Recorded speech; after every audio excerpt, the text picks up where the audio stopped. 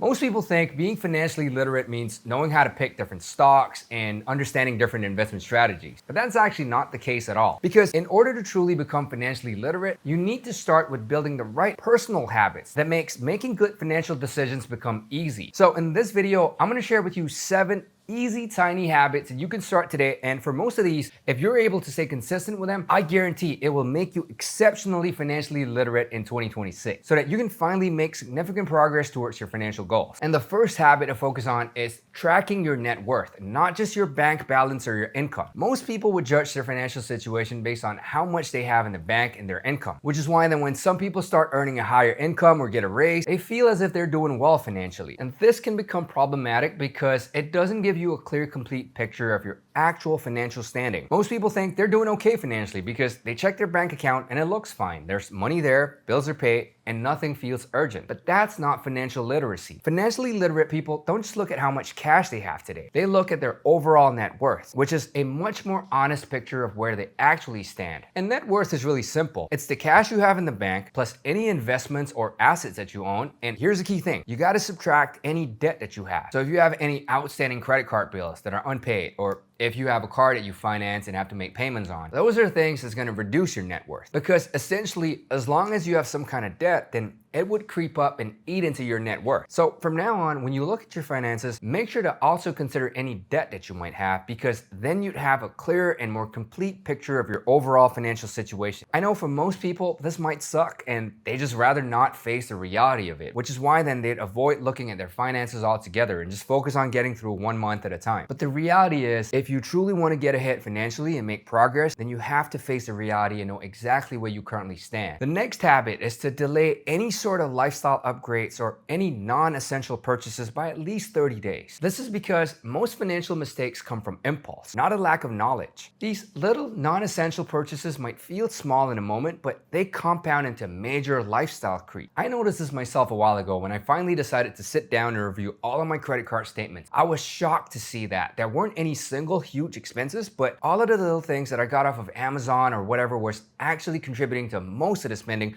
without me even realizing it. So I've learned now to delay any purchase that is not absolutely critical for my life for at least 30 days, because it usually loses the appeal by then, and then the desire and excitement kind of wears off. This habit trains you to think long-term, and when you're able to rewire your mind and think long-term and delay any sort of instant gratification, you're doing something that your future self would thank you for, because essentially you're protecting your future. The third habit, and honestly I think this is one of the most important ones, and that's to treat your savings like it's a bill that you must pay, just like your rent, utilities, or insurance. Most people tend to save whatever they have left, if there's even any left. If expenses were low, if nothing unexpected came up, if they felt disciplined enough, then they would save. And honestly, I get it. Life is expensive. It usually feels like the money you earn is just not enough. But unfortunately, there's just no way around this. You have to find ways to live on less and be more efficient with your money. So instead of just saving whatever you might happen to have left at the end of each month, you need to start saving first before paying any of your bills. And the best way to do this is to automate it. So set up a separate bank account, preferably one that you don't have easy access to withdrawing money from. And then each month when your salary is credited, have it set up to do an automatic transfer of a fixed amount into this new savings account, because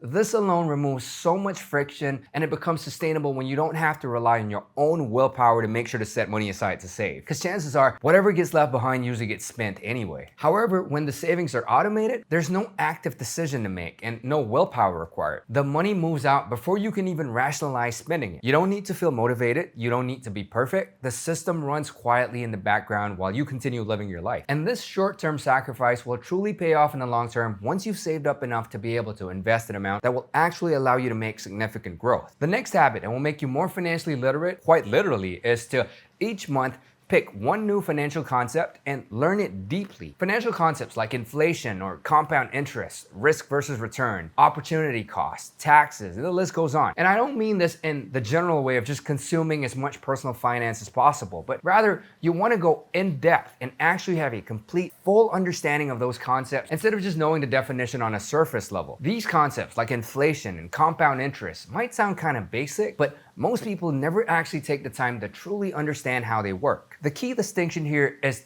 depth over volume. This isn't just about binge watching finance content and feeling somewhat productive while you're still actually confused. It's intentional, slow learning. You take one concept, sit with it, even apply it in your life if you can, and notice how it changes the way you think. Understanding inflation, for example, changes how you view saving, spending, and long-term planning. Understanding compound interest changes how you think about time. Risk versus return helps you to stop looking for safe decisions that don't actually exist. And then opportunity cost teaches you that every time you say yes to something, you're essentially saying no to a bunch of other things. Now, learning 12 concepts in a year doesn't sound all that impressive, but it completely changes how you see money. All right, now, habit number 5 is to separate your income skills from your investment skills. Now, a lot of personal finance videos would tell you to start investing as early as you can, and they're not wrong to say that. But I feel that for most people starting out, early stage wealth is usually built by earning more, not by investing more or optimizing returns. See, earning money versus investing are two completely different skills. One creates money and the other multiplies your money. And so your ability to earn is an asset, just like your stocks or property. And for most people, this is actually their most valuable asset, but yet it's the one they invest in the least. When you invest in developing your skills,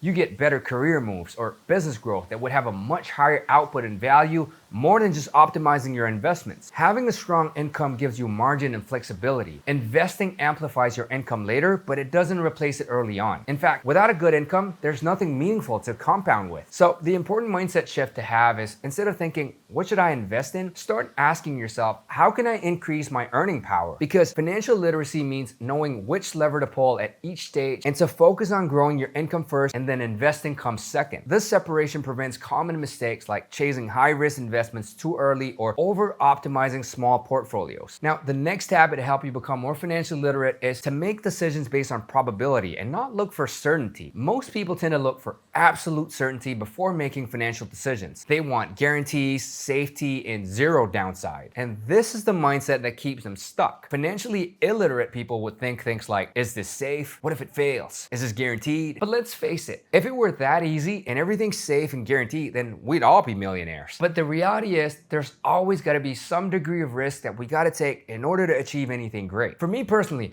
I took the risk of not going to college and getting a degree because I wanted to go all into becoming an entrepreneur. Anyway, instead of thinking of avoiding risk completely, we should change our mindset to managing risk and thinking in terms of, is the potential upside worth the risk? Because there are never any guarantees when it comes to money, or in life for that matter. Every decision involves risk, and that includes doing nothing. Not taking risks is also a risk, ironically. Like people who keep all their money in cash or never start something new. The point is, every choice has trade-offs, and more stability often means slower growth. Like the saying goes, high risk, high returns. And this applies beyond just in investing. It also extends to career moves, business, or creative projects, where you embark on something new without knowing the outcome. Financial literacy means learning to evaluate probabilities and not always seek certainty. All right, now habit number 7 is to review your money at least once a month. So set aside some time. It doesn't have to take hours, but even just 20 to 30 minutes is more than enough. All you got to do is review your bank statements, your credit cards, and see what money came in, how much you spent in total, and was there anything unexpected or out of the ordinary. Then you can also see if you're on track towards achieving your goals. You don't need a detailed budget or spend hours tracking spreadsheets. In fact,